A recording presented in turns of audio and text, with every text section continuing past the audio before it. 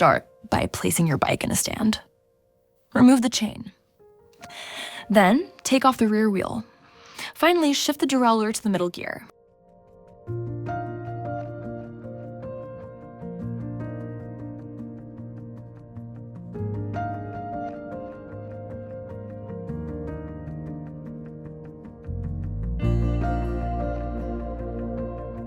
Take off the rear derailleur from the bike.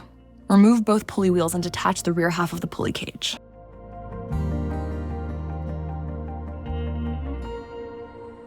Hold the stock pulley cage, not just the derailleur, and use the Cyclingceramic special tool to loosen the main center nut, but do not remove it completely. Once the center nut is sufficiently loose, allow the rotation stop screw to pass the stop point on the derailleur body, which will release the spring tension. Unbox the Cyclingceramic OSPW system and remove the rotation stop screw to be reinstalled once the cage is mounted. Disassemble the OSPW system by removing all 4 bolts from the back of the system. Set aside the 4 bolts, back cage plate, and both pulley wheels.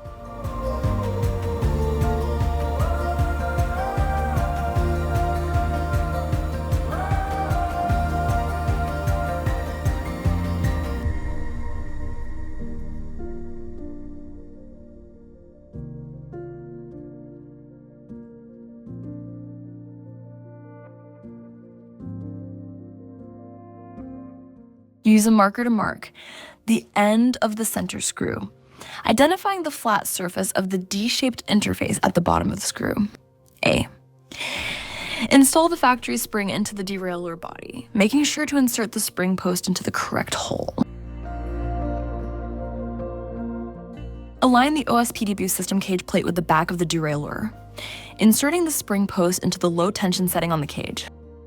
Once aligned, press the cage against the derailleur body to secure the D interface. You should feel the cage lock into place. A slight wiggle may be needed to fully engage it. Then, using the included 4-prong tool, tighten the center nut to a torque of 6 nanometers.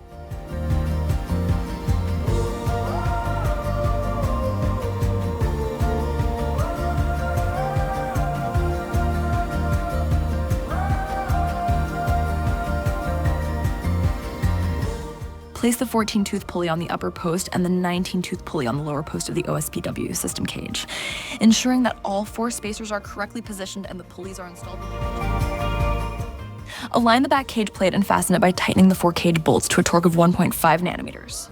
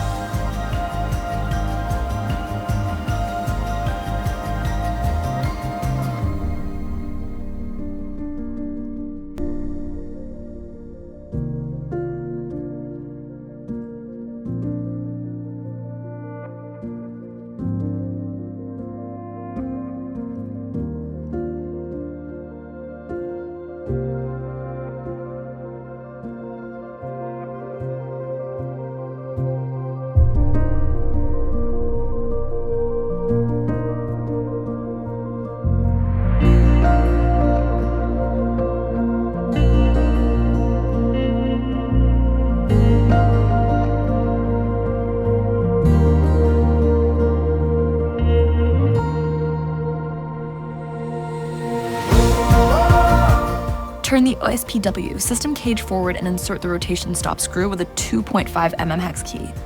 Tighten it to a torque of 3.0 nanometers. Mount the derailleur onto the bike. Shift to the smallest cog and then install the rear wheel.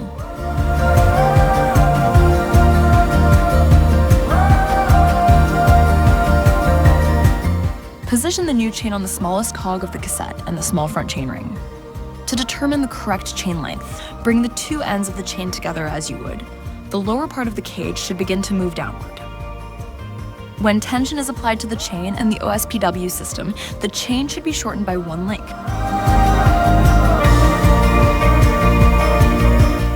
Along with the B limit, following the factory SRAM recommendations, 14 mm for a 26T cog, 10 mm for a 28T cog, and 5 mm for a 33T or 36T cog.